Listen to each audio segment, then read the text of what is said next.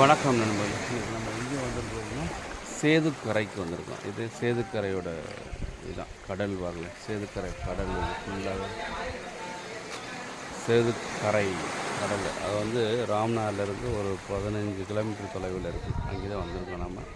இதை வந்து இந்த அனுமார் கோயில் தான். இது அனுமார் கோயில் இருக்குது. இது சேதுக்கரை ஃபுல்லாக. இங்கே வந்து நிறைய பேர் வர்றாங்க. சேதுக்கரை ஃபுல்லாகவே சேதுக்கரை தான்.